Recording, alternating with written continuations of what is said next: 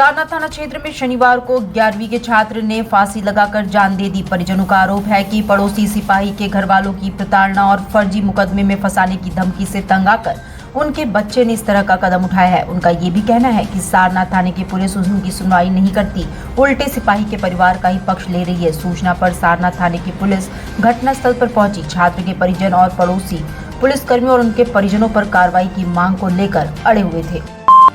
चितईपुर चौराहे पर शनिवार को तेज रफ्तार बुलेट की चपेट में आने से स्कूल से घर जा रहे कक्षा 6 के छात्र 11 वर्षीय कुणाल राय की मौत हो गई। हादसे की सूचना पर पहुंची चितईपुर थाने की पुलिस ने बगैर नंबर की बुलेट और उस पर सवार 2 युवकों को हिरासत में ले लिया है। कुणाल माता पिता का इकलौता बेटा था। इस हादसे के बाद घर में कोहराम मच गया है। कंचनपुर क्षेत्र के मां वैष्णव नगर कॉलोनी में अध्यापक ललित राय का परिवार रहता है। उनका बेटा कुणाल राय चितईपुर स्थित एक निजी स्कूल में कक्षा 6 का छात्र था। रोज की भांति आज भी कुणाल स्कूल से पैदल ही घर जा रहा था।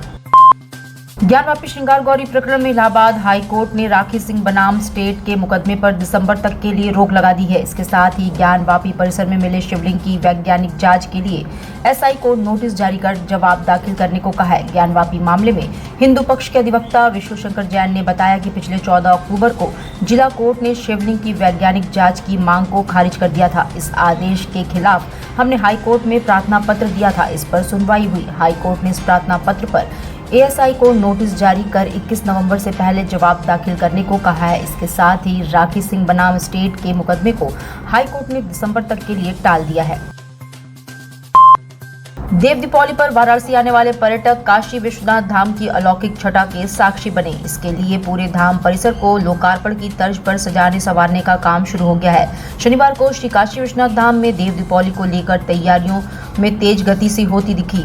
देव दीपावली पर काशी में लाखों की संख्या में पर्यटक आते हैं, जो कि दर्शन पूजन के लिए काशी विश्वनाथ मंदिर भी जाते हैं। ऐसे में मंदिर आने वाले पर्यटकों को नया अनुभव मिले, इसके लिए धाम परिसर की भव्य सजावट की जा रही है। विशाखापट्टनम के एक नामी डेकोरेटर श्री काशी विश्वनाथ धाम के लिए वॉलंटियर के तौर पर सजावट का कार्य करने का कार्य कर रहे हैं। उन्हीं के द्वारा काशी विश्वनाथ धाम परिसर की सजावट फूलों से कराई जा रही है।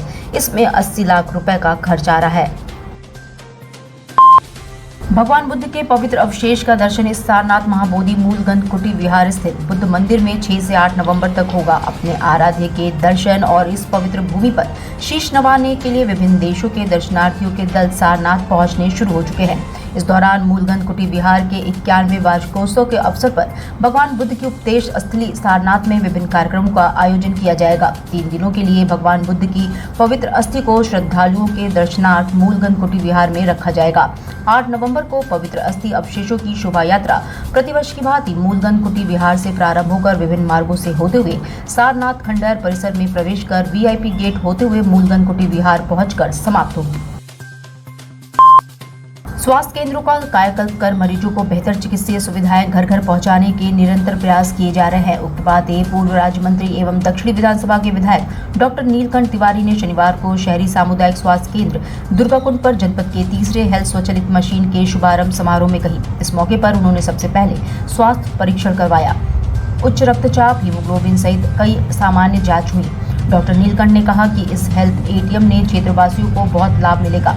कम समय में मरीजों को अलग अलग बीमारियों की पूरी जानकारी एक पर्ची में मिल जाएगी, जिससे वो अपने स्वास्थ्य का बेहतर ख्याल रख सकें।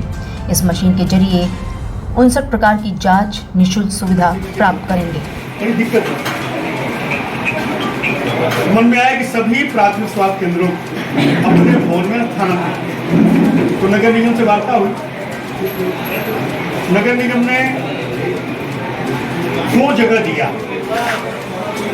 उसके बाद 2 जगह उपलब्ध दिया। क्या हम लोगों ने जैसे जानकारी आई तुरंत लेकर के उसको बनवा दिया। एक जयपुरा में बहुत बढ़िया बन गया, अच्छा काम हो रहा है। एक पुलिया, एक बेनिया अस्पताल बहुत दिन से बंद था, उसकी भी योजना रचना बन गई है। सीएमओ साहब और नगर आयुक्त सबसे बात हो गई।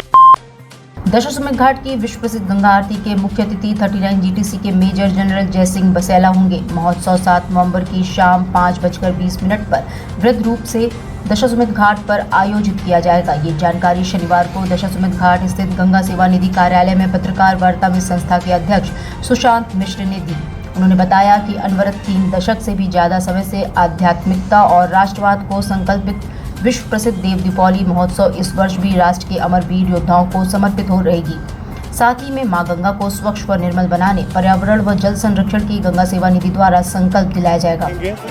और ये जो कार्यक्रम है 1999 के कारगिल विजय युद्ध के बाद से गंगा सेवा निधि ने आध्यात्म को राष्ट्रवाद के साथ जोड़ा और तभी से इंडिया गेट की प्रतिकृति बनती रही, जहां पर भारतीय थल सेना, जल सेना, वायु सेना, एनडीआरएफ और पुलिस के वरिष्ठ अधिकारियों द्वारा रीत चढ़ाई जाती है और शहीदों को अंतिम सलामी दी जाती है।